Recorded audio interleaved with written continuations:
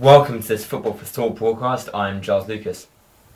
The attention now is on transfers, now that Euro 2008 is over. And the main person that all that speculation will surround will be Cristiano Ronaldo. And why not? He's the greatest player in the world. He has all the attention, the focus around him. And it seems as though he's made his intention clear that he wants to play for Madrid in the future. He said that just when the last season was over. But as we all know, dreams do not come true. And he may definitely, there's a serious possibility now that he'll play for Manchester United for at least another season. Ferguson and everyone at Manchester United have put a stubborn resistance, a stubborn barrier on the Old Trafford gates, and those gates just read anyone named Cristiano or with an R as their surname will not be allowed out. But it seems there's an incredible amount of volatility to this transfer. Cristiano Ronaldo has previously stated that he'll make a statement of his intentions for his future in the next 3 days, next 4 days, next 2 days, and he's never ever said his real intentions. He's always added some ambiguity to the situation, which doesn't help the media, doesn't help Manchester United, doesn't help Madrid, doesn't help anyone.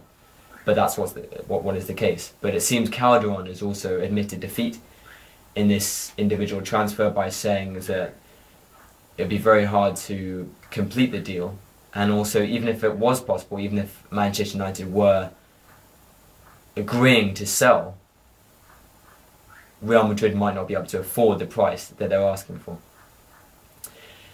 Keeping on the topic of transfers, we look at the London clubs in the Premiership.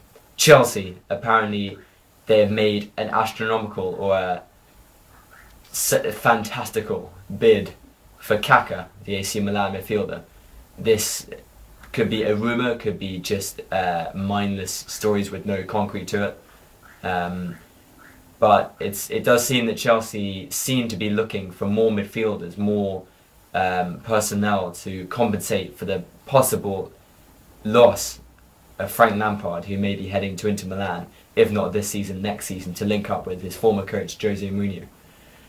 Kaka would definitely fit the bill in that area. I think he's the best player in that position. Obviously, you have Ronaldinho, but in terms of passing, in terms of movement, in terms of engineering moves, engineering space, then Kaka is the perfect person to do that. He would cost a lot of money to Chelsea, but as we've seen in the past, money is no object for Abramovich and company at the Stamford Bridge club. Arsenal seem to be going for Sami Nasri. He's a very young talent in France. He's played for Marseille. He's dubbed the new Zidane. He looks very, very promising, and it seems that he will step through the gates at the Emirates Stadium in the next 10 days or so. Possibly that means Alexander Leheb will leave as a consequence of that. In terms of looking at who are most likely to challenge Manchester United for the title next season, with these two clubs making these kind of deals, all these progressions in the window, you still think that Chelsea might have the momentum because their new coach Scolari, some of his players have been involved with him with Portugal, Carvalho, Deco, so he knows them very well. He knows the opposition very well. He knows the best player in the world exceptionally well, Cristiano Ronaldo. So he'll have some mental advantages, some tactical nous, if you like, to for next season. So and if you look at Arsenal, Arsene Wenger seems to be contemplating selling his best striker, Emmanuel Adebayor, to pay off the debt for their stadium.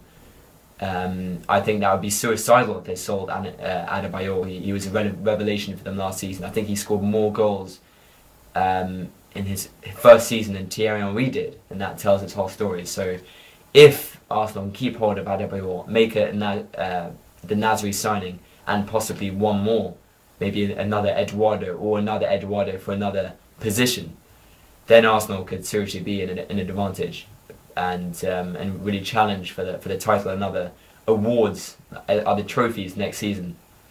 We look at another London club, Fulham, managed by Roy Hodgson. He seems to be busy this summer. Seems to be looking for defenders more than anything. Obviously, he's made the transfer acquisition of Schwarzer from Middlesbrough,